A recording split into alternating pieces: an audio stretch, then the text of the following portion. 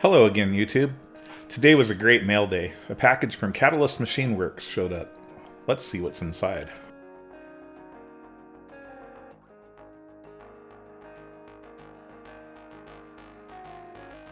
The Raging Droner is now the big brother to the Massive Droner and the more massive Droner.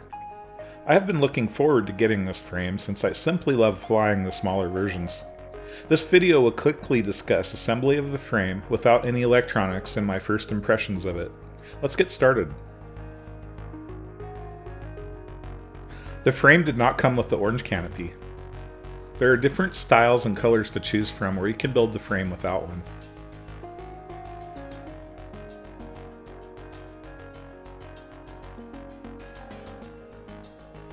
First, use the four 1/2 inch silver sheet metal screws to attach the TPU part to the rear cage brace. Don't torque them too hard into the TPU or you will strip it.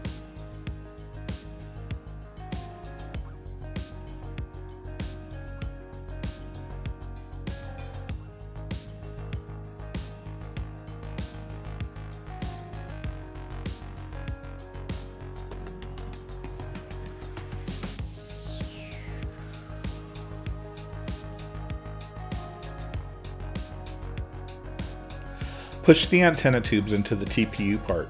Secure it with wire ties. I have to say, I have had bad luck with this style of receiver antenna mount, as the tube always seems to come out. I've used wire ties, glue, melted the TPU to the tube, and they still work their way out and the antennas get chopped up, so I'll probably use an alternative mounting method when I build the frame out. Once the receiver wires are in the tube, you can trim them to an appropriate length. I'm just going to leave it as is for now. Now, push the aluminum spacer into the TPU part. This will take a bit of force, so you can push it against the tool or perhaps the edge of your table.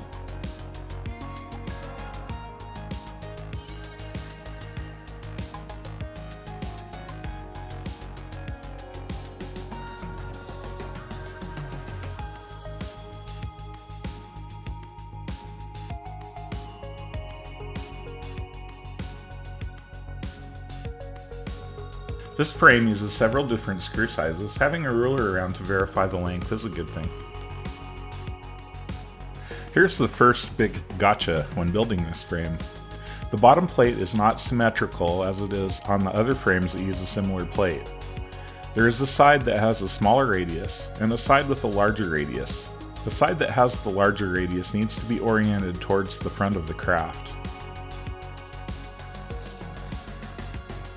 Assemble the bottom plate, the carbon fiber spacers, the arms, and finally the rear cage brace and secure with 4 M3x18mm screws.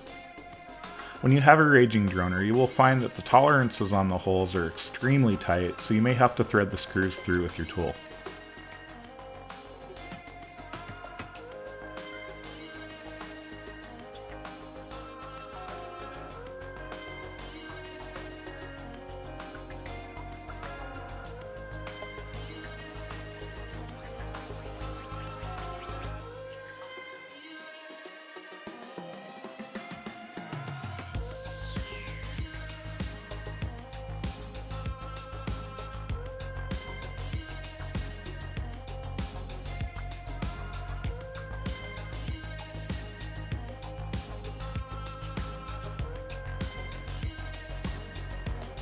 Next, we'll attach the front arms, but only with the inside screws. This step uses the 10mm M3 screws.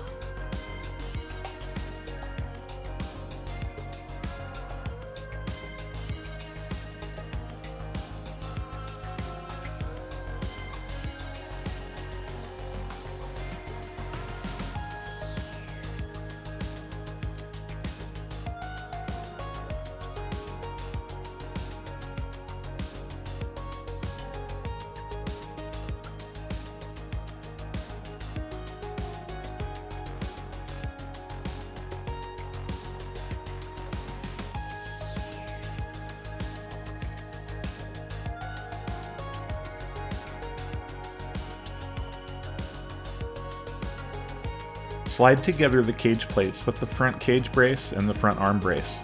Note that one of the cage plates comes with a pre-installed capture nut, and it needs to be installed as shown, with the part of the capture nut that protrudes from the carbon on the exterior side of the assembly. Again, the fitting is extremely tight. I was able to push them together with a little bit of force, but if you have trouble, you can very lightly file the surface of the cage plates where they meet the braces. Anytime you file carbon fiber, it is best to do so underwater to prevent inhalation of the particles.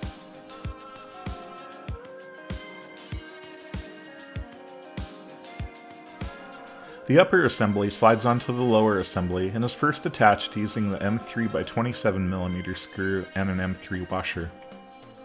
Use two 12mm M3 screws to attach the front portion through the arms and into the bottom plate.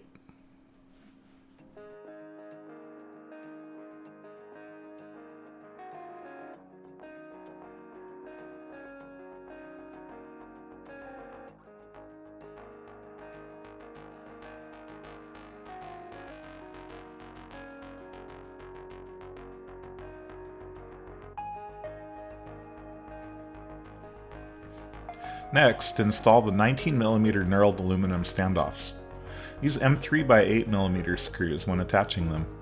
The one towards the rear goes through the TPU block, the other one fits between the frame further forward. If you are using a canopy on your build, both standoffs will be pressed through the canopy also. For now, I'm just going to build the frame without the canopy.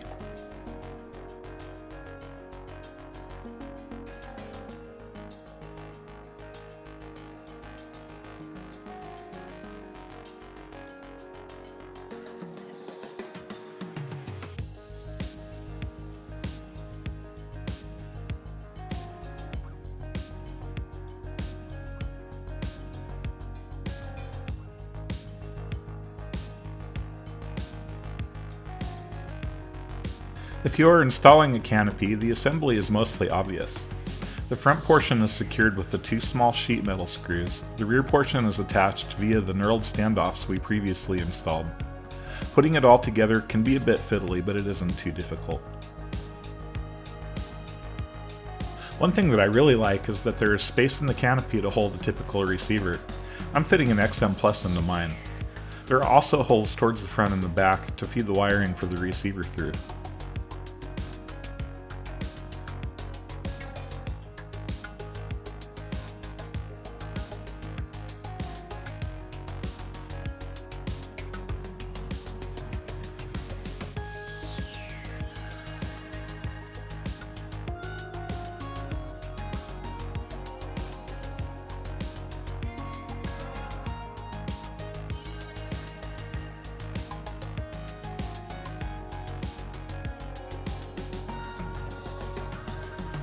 Overall, I'm impressed with the design and quality of this frame.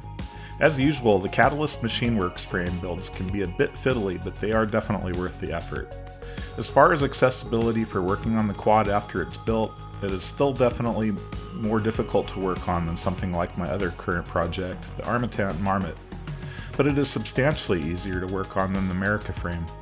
I will say though, I really can't seem to resist checking out the frames that Catalyst releases. This is the 7th in my fleet. Mostly, I just can't wait to finish building it out and flying it around. I will close this video with some pictures I took. I appreciate you watching. I look forward to seeing you in the next video.